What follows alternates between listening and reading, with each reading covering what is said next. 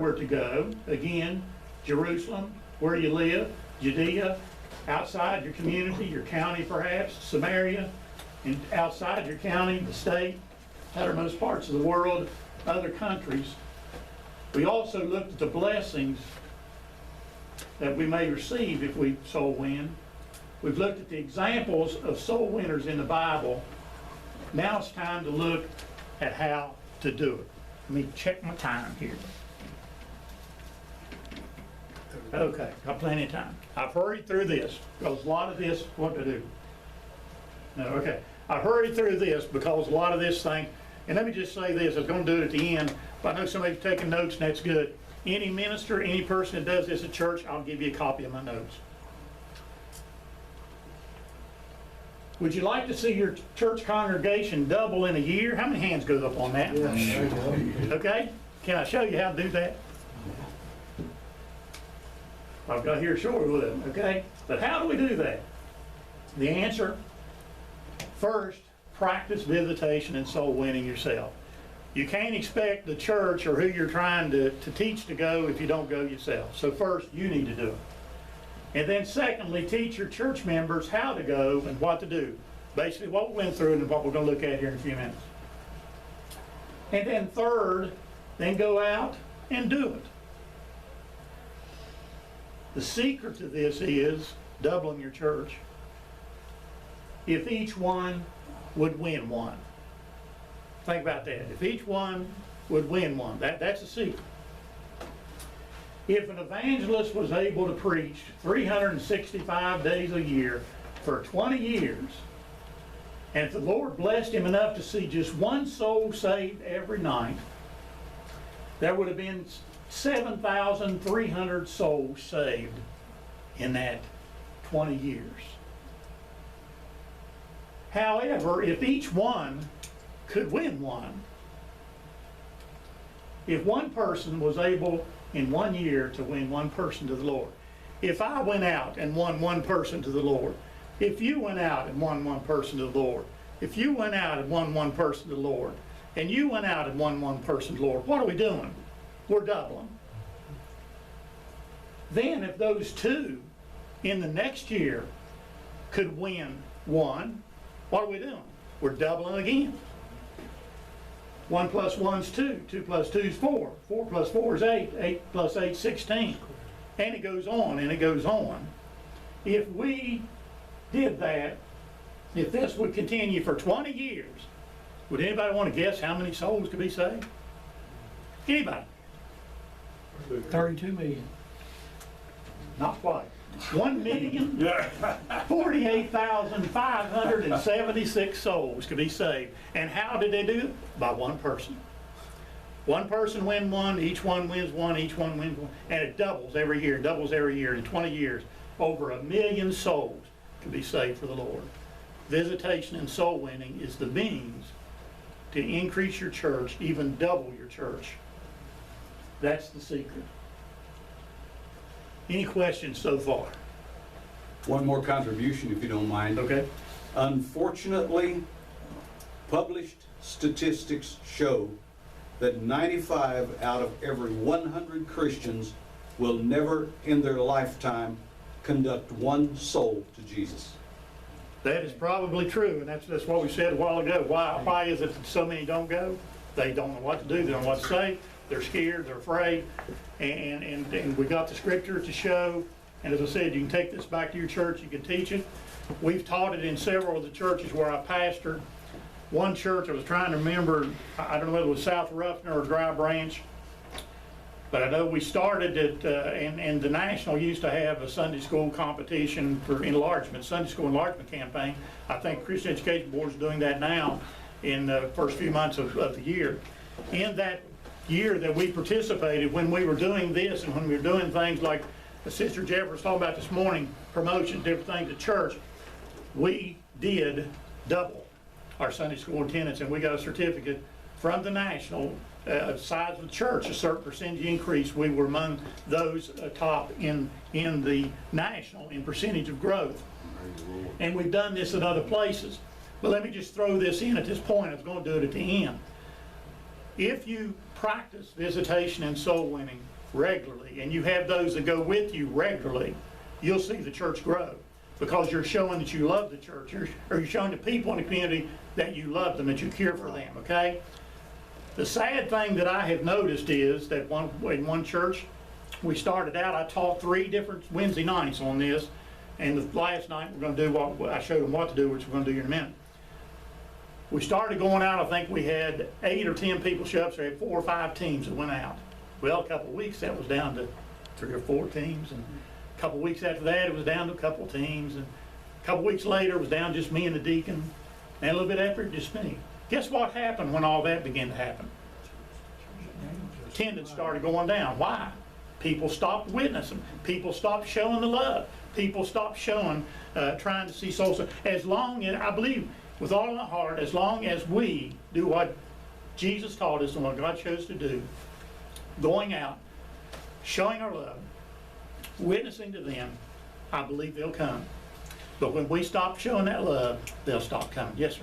Well, on a positive note, I just found out why I was here tonight. I did not know this, but when I was eating breakfast, there's a lady that attends this church bed. She was just telling me that I helped with the Lord's help. It wasn't me, it was God. Long time ago, years ago, I went to Dr. Eckley's office, and at the time I was getting braces. And Beth that goes here, at that time, I don't know if she still does, but at that time she worked at Dr. Eckley's office. And I was talking to Dr. Eckley about the Lord.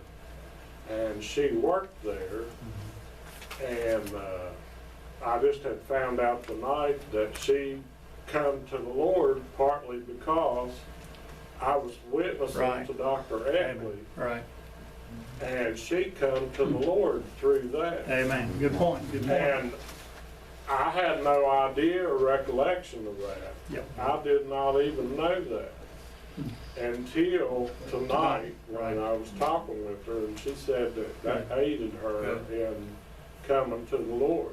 That's true. We never know what the impact we have until And we go out. had I not said anything about the Lord, Right. that might not would have never happened. Right. I'm not glorying in me, I'm Right. glorying in the Lord. Amen. Amen. And I then on another note, I was out on visitation one time, and the Lord always works on me at both ends. And I was out on visitation one time, and we was going to this lady's house, and this lady, as soon as we were approaching her door, the Lord had already been there before we got there. Yes, sir. The Holy Spirit had already convicted her heart, and as soon as we walked through the door, I didn't have to say a word. Tears started streaming down her face. Right. And she said, I know why you're here. Amen. Amen. She said, I know why you're here. And I didn't even have to say a word. See, the Lord already Worked. was working and Yes, was sir. already there. Like I said a while ago, he always works on both sides. If he tells you to go visit somebody, you can bet he's working on the other side as well. Let me go into the last part here, and we're going to slow down a little bit here. But how do I go about witnessing to someone else? First, pray. Always pray before you go and ask God's blessings. If we don't do that, we're not going to have any results. That's the first thing we must do. Pray first. Second, we've seen this throughout. What do we got to do? Go. We've got to go. If God, again, I said a while ago, if God lays someone on your heart, go. Pray. Ask God's blessings, and then go. How many of you have been home maybe, or been driving down the road or something? God just lays somebody on your heart. Lay it on your heart heavy, and you know you need to go and visit them. Yes. I can throw the question out, but you don't have to answer it. What'd you do? Most of us kind of try to get that thought out of our mind and try to let it go. But if God's dealing with you to go, go. Because you can be assured He's working on the other end, Amen. and great things could happen if you do. If we put it off, remember what happened a while ago? We have to answer for that. Amen. So if it lays on your heart, go. But pray before you go, or pray as you're going. And again, if you can, take somebody with you. Take somebody with you. Yes. If church visitation, meet at the church at a regular scheduled time. Sometimes do it on Tuesday night, Thursday night, whatever night's convenient for the church members, but pick a regular scheduled time and meet at the church. Then after you meet, I don't have it up here, but pray before you go. I may have it after this, I don't know. Absolutely. So pair up in groups of 2. And now there it is. Pray before you go. All right? And then do what? Go. Then third, this is once you're there, and this is where we're going to slow down a little bit. I'm going to look at kind of an introduction, something, and we're going to look at different scenarios from here on out. And I hope I don't lose you through this. There's about 3 or 4 different scenarios, and you ask them questions, and they'll either answer yes or no, and it'll lead to what you do after that. But first, the introduction. If you're going on church visitation, introduce yourself. I'm Reverend Rickie Holstein. This is my partner, Bob. Okay, introduce who you are. Then tell them, well, we're from the Bradley Free Will Baptist Church.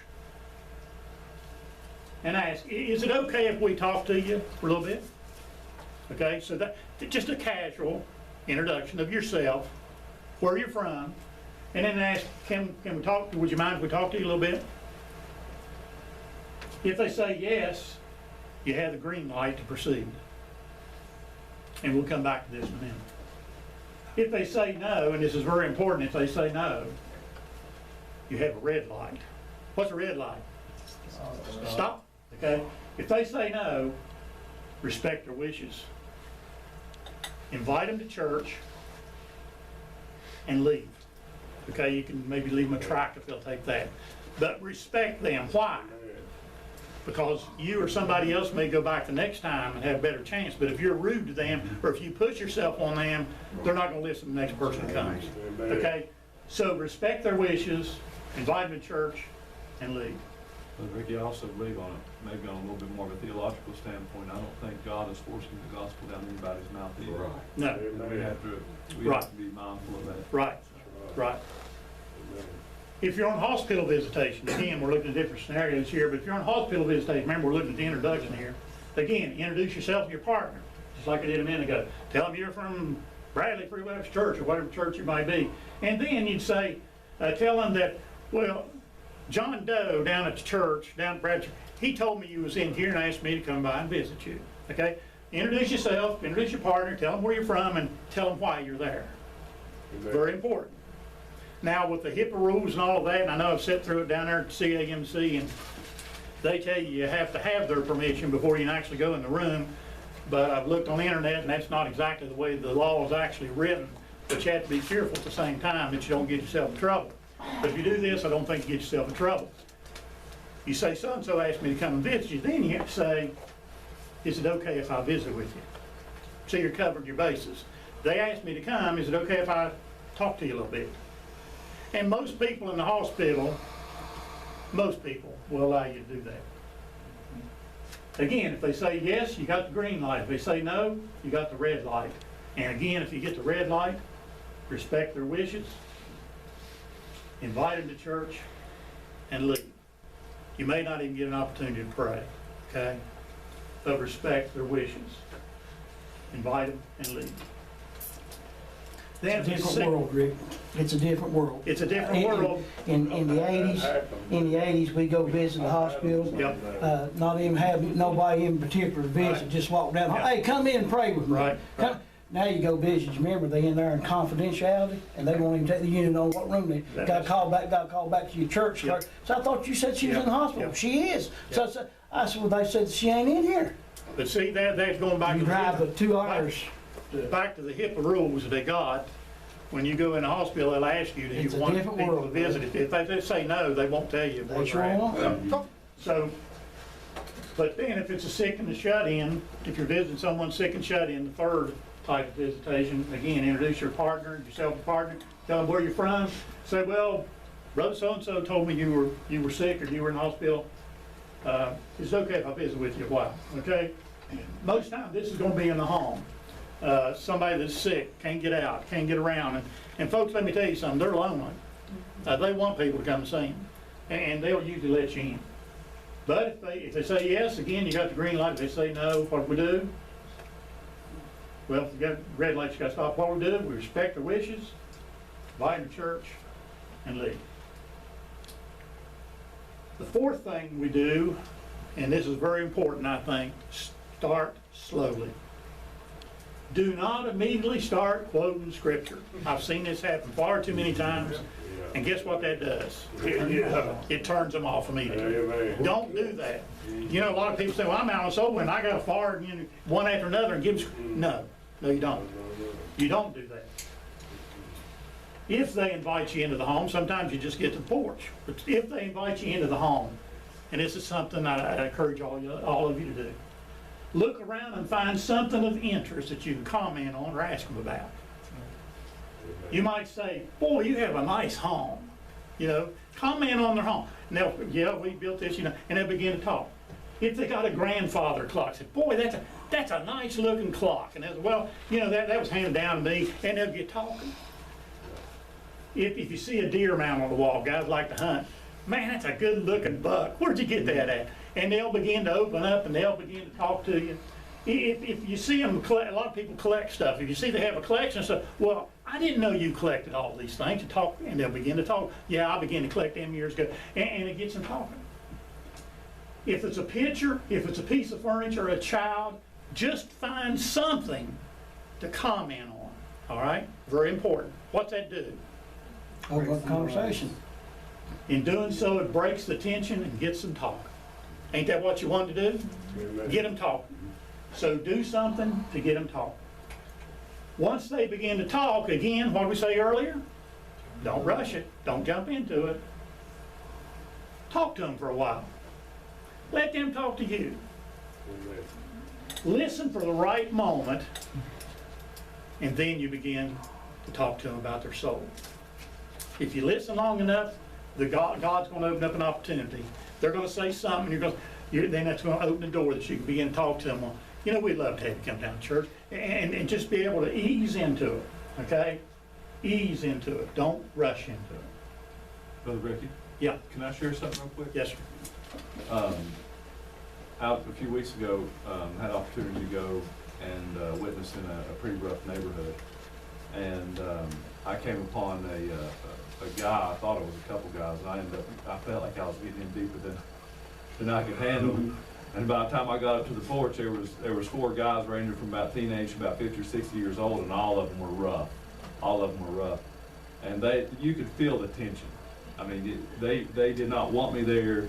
They didn't really care what I had to say. And I didn't come in hard like you're talking about. Right. I just wanted to be human, just Right. like they were. Right. And I ended up probably spending 30 to 40 minutes with these guys on this porch. And while they allowed me the opportunity to talk, and I got to tell them a lot about the gospel, they had a lot of wild ideas, Right. of course. But after that conversation, after meeting them the first time, those 4 guys who, I don't know if they ever even cracked the door to a church before, they let me pray for those guys. Amen. On that porch. Amen. I didn't pray for God's blessings and all these other things. Right. I prayed that God would speak to their hearts, Right. that God would Right. show them the need for Christ. Blessing. And it was amazing because I felt this small Yeah. when I approached those guys. But do you know, they began to open up to me and talk to me and allow me to talk to them about the gospel. That's- And you never know where that's going to go in the future. That's what happens. See, your approach was you had a conversation with them. Yeah. You didn't do a monologue on them. You had a dialogue with them. You let them, and another place. Let me just say this, Rick. I only got 5 minutes. I got to get this through. Go ahead. I only got 5 minutes. I only got 5 minutes. Fifth, ask the following question after you get talking to them and the door's open. And I'm going to hurry through this. Are you a Christian? Then you finally ask me, are you a Christian? If they answer yes, ask them, where do you attend church? If they go, encourage them to continue to do so. If they do not go, invite them to your church, tell them the days, the times that the service